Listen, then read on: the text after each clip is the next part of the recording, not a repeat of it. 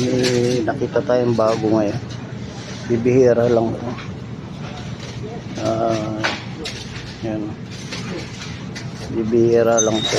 Hindi to noni fruit kamukha lang ng noni. Actually 20 reals lang siya, isang box lang. Ano to, cactus fruit. Yan, ang loob yan kulay papaya na matamis. Cactus fruit yan. Yan, cactus fruit. Sarap yan. Matamis yan na parang mangga. Parang mangga na basa. Masarap siya, hindi mo maipaliwanag. Pero yung texture niya parang papaya. Kaya lang hinog na siya. Masyadong hinog na. Later na lang yan, hindi natin maubos yan.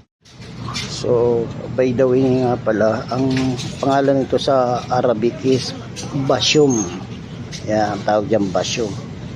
So cactus fruit siya. Yan, Bashum ang tawag yan.